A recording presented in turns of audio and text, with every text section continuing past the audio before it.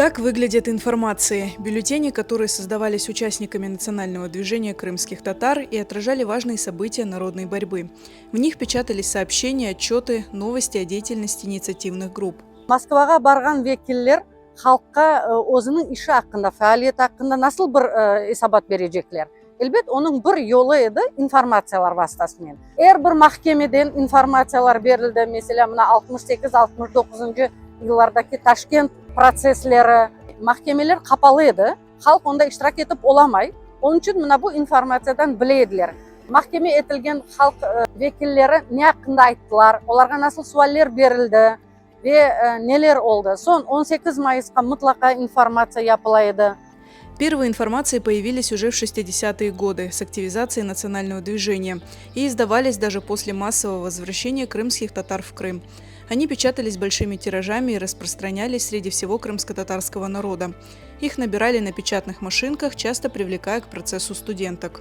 Başta biz bu işini albarıydık institutta dersten son rahmetli Seydamet Ağa gelip kızlar dedi böyle olmaz institutta hafılı sizge yaramaya olacak. Bir yer tapmak gerek dedi.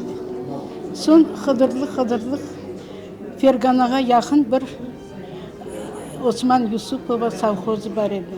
Anda benim anamның dayısı yaşaydı. Seydamet Ağam Çemadan çıknen geldi. İçinde yazı maşinkası. Rahmet olsun canına. İnayet men Seydamet Ağam yol aldık.